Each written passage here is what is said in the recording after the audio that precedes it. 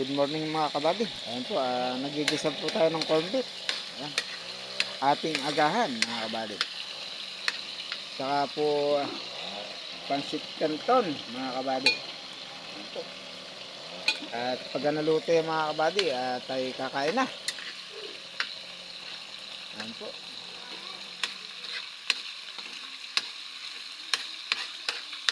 Mapaparami na naman ang kain natin mga kabady.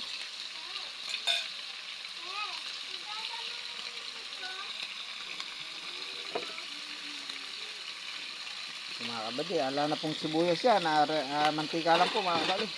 Tapos nilagay na yung corned beef, magic sarap, okay na mga kabady.